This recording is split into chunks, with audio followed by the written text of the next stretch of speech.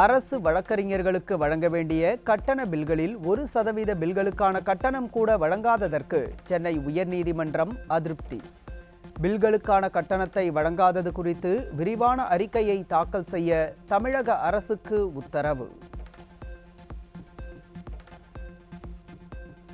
தமிழகம் முழுவதும் கொரோனா தொற்று வேகமாக பரவி வரும் நிலையில் தினம் தினம் ஒருவர் தொற்று பாதிப்பால் மரணமடைந்து வருவதால் பொதுமக்கள் பீதி. சுகாதாரத்துறை அமைச்சர் மா. சுப்பிரமணியன் இதையெல்லாம் கண்டுகொள்ளாமல் கொரோனா பற்றி பெரியதாக பயப்பட வேண்டாம் என கூறி வருவது தங்களை ஏமாற்றும் செயல் என பொதுமக்கள் கொந்தளிப்பு. நாடு முழுவதும் புதிய திரிபு வைரஸான JN.1 கொரோனா தொற்றால் பாதிக்கப்பட்டோர் எண்ணிக்கை 197ஆக அதிகரிப்பு. கேரளாவில் மட்டும் 83 பேர் பாதிக்கப்பட்டுள்ள நிலையில் தமிழக எல்லையில் மருத்துவ பரிசோதனையை தீவிரப்படுத்தாமல் விடியா மாடல் அரசு மெத்தனம் காட்டுவதாக பொதுமக்கள் குற்றச்சாட்டு.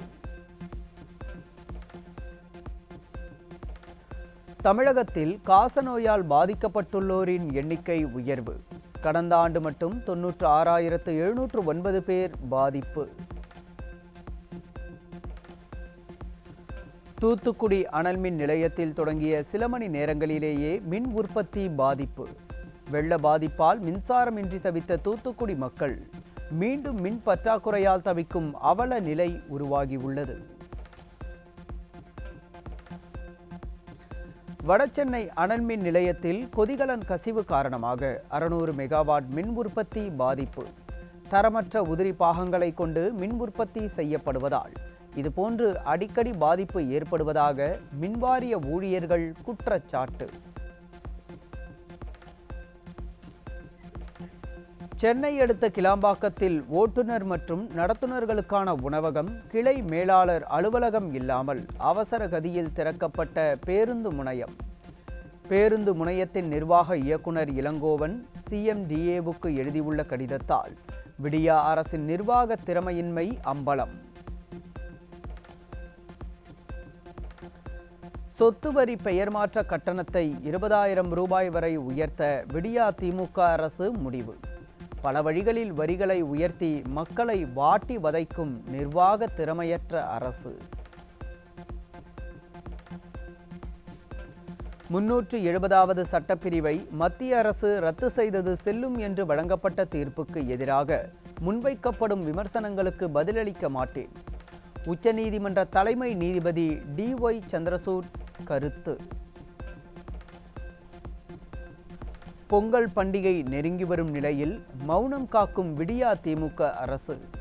செங்கரும்பை அரசு கொள்முதல் செய்யவில்லை என்றால் தற்கொலை செய்து கொள்ளும் நிலை ஏற்படும் என மயிலாடுதுறை விவசாயிகள் வேதனை. திருப்பூர் மாவட்டம் பல்லடம் அருகே போலீசாரை தாக்க முயன்று ரகளையில் ஈடுபட்ட மதுபோதை ஆசாமிகள் 2 கைது. பொம்மை முதல்வரின் கட்டுப்பாட்டில் உள்ள காவல்துறைக்கே இந்த நிலை என்றால் சாமானியர்களின் நிலை என்னவாகும் என்று பொதுமக்கள் கேள்வி. கோவையில் இளைஞர்கள் மாறி மாறி கொடூரமாக தாக்கிக் கொண்டதால் பரபரப்பு. விடியா திமுக அரசின் திறனற்ற நிர்வாகத்தால் நாள்தோறும் அரங்கேறும் வன்முறை சம்பவங்களால் பொதுமக்கள் நிம்மதி இழந்து தவிப்பு.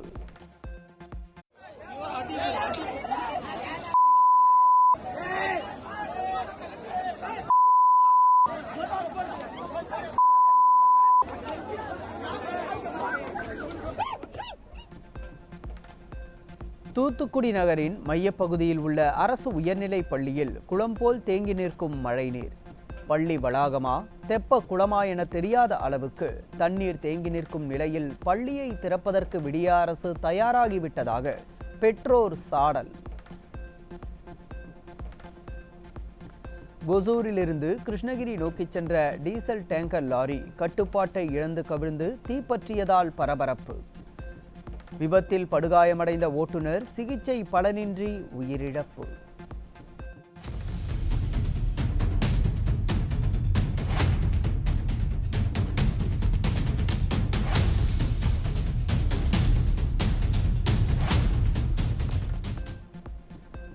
தமிழகத்தில் வரும் 7ஆம் தேதி வரை பல்வேறு மாவட்டங்களில் லேசானது முதல் மிதமான மழை பெய்யக்கூடும் என வானிலை ஆய்வு மையம் தகவல். லட்சத்தீவு, தென்கிழக்கு அரபிக்கடல், குமரிக்கடல், மன்னார் வளைகுடா உள்ளிட்ட பகுதிகளில் பலத்த காற்று வீசும் என்பதால் மீனவர்கள் அப்பகுதிகளுக்கு செல்ல வேண்டாம் என எச்சரிக்கை. கடந்த டிசம்பர் மாதத்தில் மட்டும் 1,64,882 கோடி ரூபாய் ஜிஎஸ்டி வசூலாகி உள்ளதாக மத்திய நிதியமைச்சகம் தகவல். நடப்பு நிதியாண்டில் 7வது மாதமாக 1,60,000 கோடியை தாண்டி உள்ளது ஜிஎஸ்டி வசூல். மணிப்பூரின் தௌபல் மாவட்டத்தில் அடையாளம் தெரியாத நபர்கள் சுட்டதில் அப்பாவி பொதுமக்கள் 3 பலி. வன்முறை ஏற்படுவதை தடுக்கும் நோக்கில் 5 மாவட்டங்களில் மீண்டும் ஊரடங்கு பிறப்பிப்பு. புதிய குற்றவியல் சட்டங்களுக்கு தடை கோரி உச்சநீதிமன்றத்தில் மனு தாக்கல். தற்போது இயற்றப்பட்டுள்ள 3 இந்திய குற்றவியல் சட்டங்கள் ஆங்கிலேய காலனி ஆதிக்க சட்டங்களை விட கொடுமையானது என மனுதாரர் குற்றச்சாட்டு. குஜராத் வாரகா மாவட்டத்தில் 30 அடி ஆழமுள்ள ஆழ்துளை கிணற்றிலிருந்து மீட்கப்பட்ட 3 வயது குழந்தை சிகிச்சை பலனின்றி உயிரிழப்பு. 9 மணி நேர போராட்டத்திற்கு பின் உயிருடன் மீட்கப்பட்ட குழந்தை பரிதாபமாக உயிரிழப்பு. பஞ்சாபில் உள்ள இந்தியா பாகிஸ்தான் சர்வதேச எல்லையில் கடந்த ஆண்டில் மட்டும் 107 ட்ரோன்கள் சுட்டு வீழ்த்தப்பட்டுள்ளதாக எல்லை பாதுகாப்பு படை தகவல். ட்ரோன்கள் மூலம் கடத்தி வரப்பட்ட 442 கிலோ போதைப் பொருள், 23 ஆயுதங்கள் மற்றும் 505 துப்பாக்கி குண்டுகளும் பறிமுதல்.